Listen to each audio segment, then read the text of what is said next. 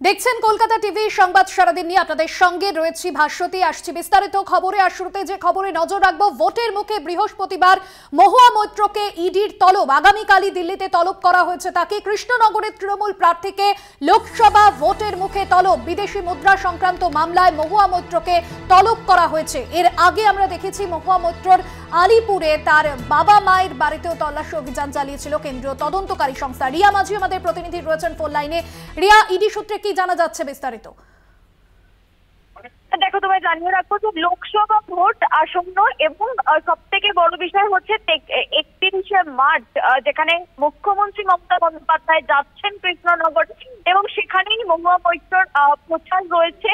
এবং তার আগেই যেটা দেখা গেল যে এনফোর্সমেন্ট ডিরেক্টরেট তাকে তলব করলো, অর্থাৎ আগামীকালই তাকে হাজিরা দেওয়ার নির্দেশ দেওয়া হয়েছে। দিল্লির সদর দপ্তর অর্থাৎ ইডির যে অফিস দিল্লিতে, সেখানে তাকে হাজিরা দেওয়ার নির্দেশ দেওয়া হয়েছে। এবং সূত্র মারফত যেমনটা জানা যাচ্ছে যে বিদেশি মুদ্রার লেনদেন সংক্রান্ত মামলায় তাকে তলব করা হয়েছে। এবং এর আগে আমরা দেখেছি যে একাধিকবার সিবিআই অফিসাররা তার বাড়িতে গিয়েছে, তার একাধিক যে বাড়ি, তার মা বাবার বাড়ি থেকে আরম্ভ করে কলকাতার আলিপুরে এবং সেখান থেকে আরম্ভ করে কৃষ্ণনগরে তার বাড়ি এবং অফিসে তল্লাশি অভিযান চালিয়েছেন সিবিআই কর্তারা। জিজ্ঞাসাবাদ করেছে তার মা বাবাকে।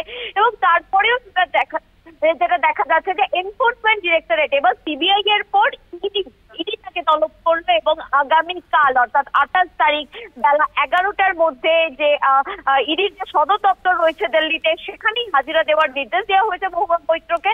এবং তিনি হাজিরা দেন কিনা আগামীকাল দিল্লিতে সেটাই দেখার। কারণ 31 তারিখে তোমাকে যেটা প্রথমেই বললাম যে লোকসভা ভোট যেহেতু আসন্ন, সেই কারণের জন্য 31 তারিখ তার সভা রয়েছে এবং বড় একটি সভা রয়েছে যেখানে মুখ্যমন্ত্রী মমতা বন্দ্যোপাধ্যায় তিনিও যাবেন 31 তারিখ সেই সভাতে। তার আগেই মহুয়া মৈত্রকে ডেকে নেওয়া এটা কিন্তু অত্যন্ত একটি প্রাসঙ্গিক বিষয়। তবে মহুয়া মৈত্র তিনি হাজিরা দেন কিনা আগামীকাল সেটাই কিন্তু দেখার। আর রিয়া, সেই জায়গায় দাঁড়িয়ে লোকসভা নির্বাচনের আগে মহুয়া মৈত্রকে ইডির তলব, একদমই। দেখো, তোমাকে সেটাই বলছিলাম যে অত্যন্ত প্রাসঙ্গিক একটি বিষয় যে 31 তারিখে মহুয়া মৈত্র প্রচারে বেরোবেন এবং প্রথম প্রচার তার এই লোকসভা ভোটের আগে, যেখানে মুখ্যমন্ত্রী মমতা বন্দ্যোপাধ্যায় যাচ্ছেন এবং তিনিও প্রচার শুরু করবেন ভোটের জন্য। এই যে কেন্দ্র কৃষ্ণনগর যে কেন্দ্র, সেখান থেকে মহুয়া মৈত্র প্রার্থী হিসাবে নির্বাচিত হয়েছে বা তাকে টিকিট দেওয়া হয়েছে, এমপি সিটের টিকিট দেওয়া হয়েছে, সেখান থেকে দাঁড়িয়ে মুখ্যমন্ত্রী মমতা বন্দ্যোপাধ্যায় প্রথম প্রচার শুরু করবেন সেই জায়গা থেকে। এবং যেখানে মহুয়া মৈত্র প্রার্থী, সেই জায়গায় দাঁড়িয়ে 31 তারিখে প্রচার এবং তার আগেই 28 তারিখে তাকে তলব করা হয়েছে। তিনি যান কিনা, অর্থাৎ মহুয়া মৈত্র তিনি হাজিরা দেন কিনা দিল্লিতে, সেটাই কিন্তু দেখার। ধন্যবাদ জানাবো তোমায়। প্রতিনিধি রিয়া মাঝি ছিলেন আমাদের সঙ্গে ফোন লাইনে। আপনাদের জানিয়ে রাখবো, লোকসভা নির্বাচন আসন্ন এবং তারই আগে কৃষ্ণনগরের তৃণমূল প্রার্থী মহুয়া মৈত্রকে তলব করলো ইডি এবং আগামীকালই তাকে দিল্লিতে তলব করা হয়েছে। এই মুহূর্তে যে খবর জানা যাচ্ছে যে আগামীকাল অর্থাৎ বৃহস্পতিবারই মহুয়া মৈত্রকে তলব করলো ইডি। এই মুহূর্তে আমাদের সঙ্গে টেলিফোন লাইনে রয়েছেন তৃণমূল নেতা জয়প্রকাশ মজুমদার। জয়প্রকাশ বাবু, মহুয়া মৈত্রকে আগামীকাল তলব করা হয়েছে বিদেশি মুদ্রা সংক্রান্ত মামলায়, লোকসভা নির্বাচনের মুখে তলব করা হয়েছে। দেখুন, এটা তো আমি বারবার আপনাদের চ্যানেলে বলেছি যে ইডি, সিবিআই, ইনকাম ট্যাক্সের সন্ত্রাস বাড়বে ইলেকশন যত কাছে আসবে। তার একটাই কারণ যে বিজেপি তথা নরেন্দ্র মোদী আর বিশ্বাস রাখতে পারছেন না, মানুষের মতামতের উপর ভরসা করতে পারছেন না যে নির্বাচন জিতবেন বলে। তাই জন্যে দলের কর্মীদের ওপর, দলের রাজনৈতিক সংগঠনের ওপর আর ভরসা নেই। তাই ইডি, সিবিআই এবং ইনকাম ট্যাক্সকে দিয়ে একটা সন্ত্রাসের পরিবেশ তৈরি করবেন, বিরোধীদের আক্রমণ করবেন এবং একটা পলিটিক্যাল ন্যারেটিভ তৈরি করার চেষ্টা করবেন প্রচার মাধ্যমের মাধ্যমে। এবং সেই ক্ষেত্রে যদি ইলেকশনের এই বৈতরণী পার করা যায়, তার জন্যই এইসব চেষ্টা, মানুষকে হেনস্থা করা এবং রাজনৈতিক প্রতিহিংসা নেওয়া, এই দুটোই আছে এখন একমাত্র রাস্তা এদের সামনে। কিন্তু এই করে কি মানুষের মন পাওয়া যাবে? কাজের কাজ কি হবে? কারণ শেষ পর্যন্ত নির্বাচনে মানুষ এটা বুঝতে পারছে যে আর কোনো ইস্যু না থাকাতে এখন ধীরে ধীরে রাজনৈতিক প্রতিহিংসাই একমাত্র ইস্যু বা ব্যবস্থা হয়ে উঠেছে বিজেপি দলের। বেশ, ধন্যবাদ জানাবো আপনাকে। তৃণমূল নেতা জয়প্রকাশ মজুমদার ছিলেন আমাদের সঙ্গে ফোন লাইনে।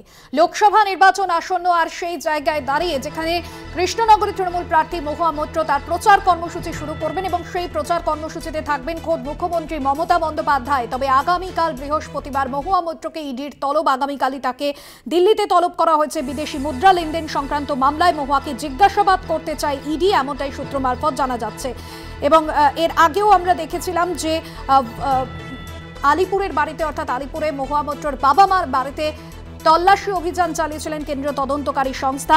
ভোটের মুখে গত শনিবারই যে বিষয় সামনে এসেছিল, যে অভিযোগ মহুয়া মৈত্রের বিরুদ্ধে সামনে এসেছিল, সেই অভিযোগকে সামনে রেখে মহুয়া মৈত্রের একাধিক ঠিকানায় তল্লাশি চালিয়েছিল সিবিআই এবং তারই পরিপ্রেক্ষিতে কেন্দ্রীয় এজেন্সির বিরুদ্ধে নির্বাচন কমিশনে নালিশও করেছিলেন তৃণমূল প্রার্থী, কৃষ্ণনগরের তৃণমূল প্রার্থী মহুয়া মৈত্র।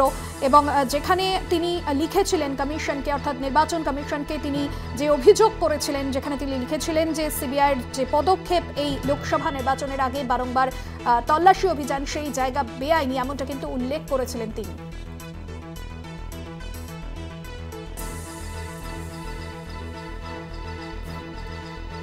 এই মুহূর্তে আমাদের সঙ্গে টেলিফোন লাইনে রয়েছেন বিজেপি মুখপাত্র শ্রমিক ভট্টাচার্য। শ্রমিকবাবু, বিদেশি মুদ্রা সংক্রান্ত মামলায় আগামীকাল মহুয়া মৈত্রকে তলব করা হয়েছে এবং সেই জায়গা থেকে তৃণমূলের তরফে যে বক্তব্য উঠে আসছে, তৃণমূল কংগ্রেস নেতা যে মন্তব্য করছেন যে বিজেপি গণতন্ত্রের উপর ভরসা রাখতে পারছে না, কিভাবে দেখছেন আপনি এই প্রতিক্রিয়াকে?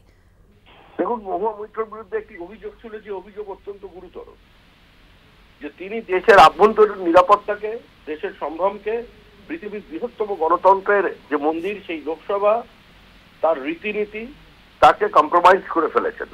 তিনি তার পাসওয়ার্ড বিদেশে একজন ব্যবসায়ীকে যে শেয়ার করেছেন, এই অভিযোগ তার বিরুদ্ধে ছিল। এথিক্স কমিটিতে মহুয়া মৈত্র যে বিবৃতি দেন, তাহলে তার বিরুদ্ধে অভিযোগটা প্রতিষ্ঠিত এবং প্রমাণিত হয়ে গেছে, তার সদস্যপদ খারিজ হয়ে গেছে। এখন এত বড় গুরুত্বপূর্ণ বিষয়ে তো তদন্ত চলবেই, তদন্তের মতো চলছে। তৃণমূল কংগ্রেসের মতো বক্তব্য রাখছে, কিন্তু মনে রাখতে হবে, যখন মহুয়া মৈত্রর বিরুদ্ধে প্রথমেই অভিযোগ আসে, তৃণমূল কংগ্রেস কার্যত মহুয়া মৈত্র থেকে দলকে বিচ্ছিন্ন করে ফেলেছিল। তাদের অফিসিয়াল স্পোকসপারসন কুণাল ঘোষ বলেছিলেন যে এরপর থেকে এই সংক্রান্ত কোনো প্রশ্নের উত্তর বা এ নিয়ে যা বিবৃতি মহুয়া মৈত্র দেবেন, দল দেবে না। আশ্চর্যজনক ভাবে মহুয়া মৈত্রর পাশে এসে দাঁড়িয়েছিল সিপিআইএম, এবং সিপিআইএম পাশে দাঁড়ানোর পরও তৃণমূল কংগ্রেসের পক্ষ থেকে কোনো বিবৃতি আসেনি। তারপর কংগ্রেস এবং সবশেষে তৃণমূল কংগ্রেস আবার ময়দানে নেমেছে।